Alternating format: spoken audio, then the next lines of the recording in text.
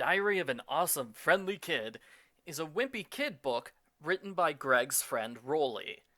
I thought this was a great idea for a spin off book. It's not a good book, but it's a great idea for a book. There are some stories which would be interesting to see from Rowley's perspective. Like in the first book, he and Greg have a fight and stop being friends. I want to see Rowley's take on that. It would also be interesting to see what Rowley does when Greg is not around. Who else does he hang out with?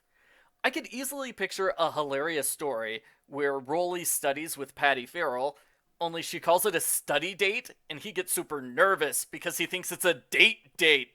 That could be hilarious. Sadly, this book only has one Rowley story. The rest of the book is all about Greg. There's almost more Greg than Rowley in this book, which makes no sense. This is Rowley's book. Why is it not about Rowley? Here's why. This book was originally written as Diary of Greg Heffley's Best Friend by Greg Heffley's best friend. It was a special half-length book done for World Book Day. Here's that book's cover. Here's page 9 of this book. You can see they're basically the same thing. That's why this Rowley book feels more like a Greg book. It was a Greg book. Originally, Greg's name was in the title twice. I think they should have kept the original title, because changing it to Awesome Friendly Kid unfairly tricked me into thinking this book was mostly about Rowley.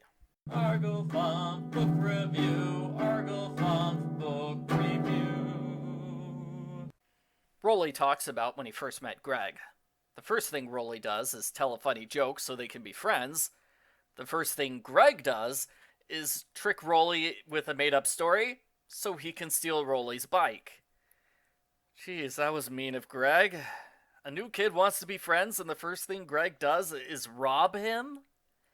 They go to a birthday party where the birthday boy pretends to be a bear and weirds them out. Rowley falls into a ditch and gets hurt. Greg's happy because it gets him out of the party early. Greg and Rowley play in the woods. Rowley sprains his ankle on a rock. Greg leaves Rowley stranded in the woods for hours. What's worse, he tells Rowley the rock is actually an ancient burial stone, so Rowley is terrified of ghosts the whole time. You can probably see the big problem with this book already. Greg is a huge jerk. Your mileage may vary, but I thought it was more mean than funny. Half the time, Rowley doesn't understand that Greg is bullying him and lying to him, and that just makes me feel bad for poor Rowley. There are 2 stories where Greg gets his comeuppance. Greg tricks Rowley into thinking a burglar's in the house.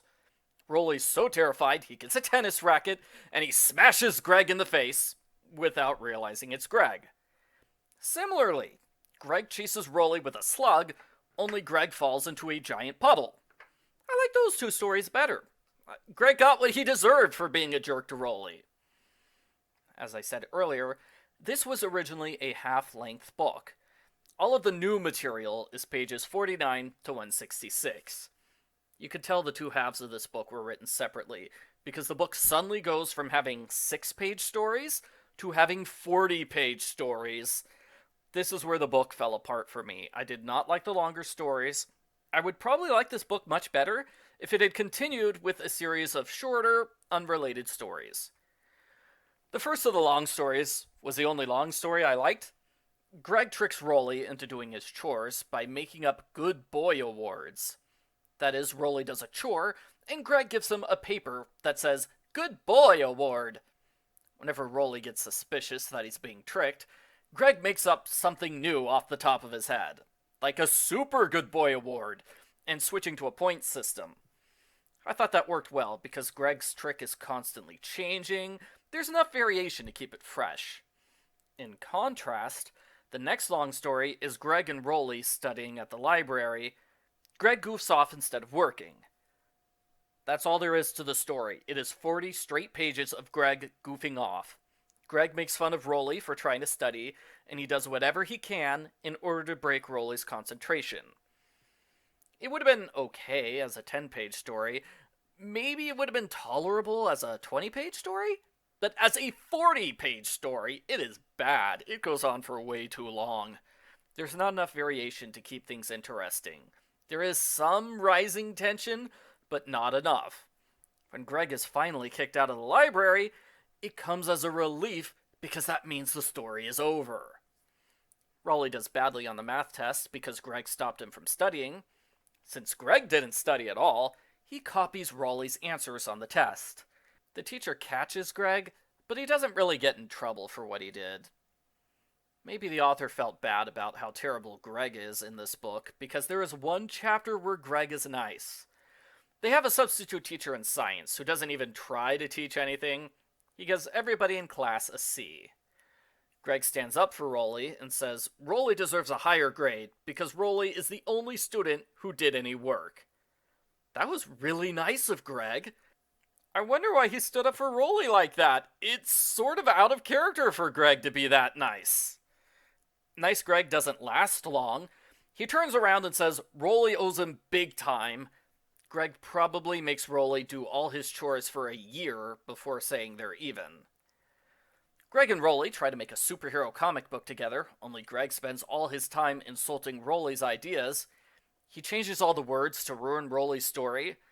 Greg laughs so hard at how stupid Rowley is. Greg starts crying. This book makes me feel so bad for Rowley, I swear. Things finish with a 2-day sleepover at Greg's house. Greg forces Rowley to sneak out at night and use a neighbor's trampoline.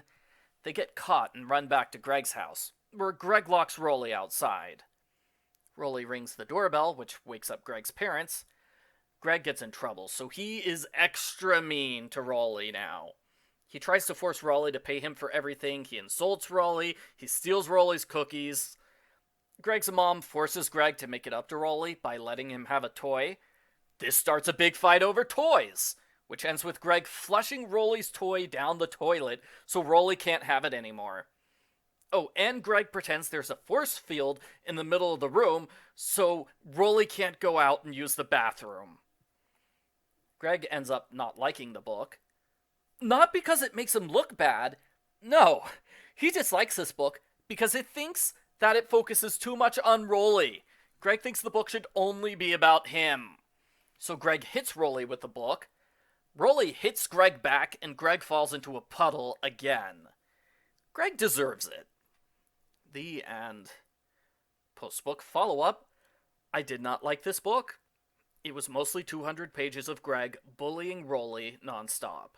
Since the story is told from Rowley's point of view, Greg is much worse here than he is in the main Diary of a Wimpy Kid series. The main joke of this book is that Rowley's really dumb. He always falls for Greg's tricks.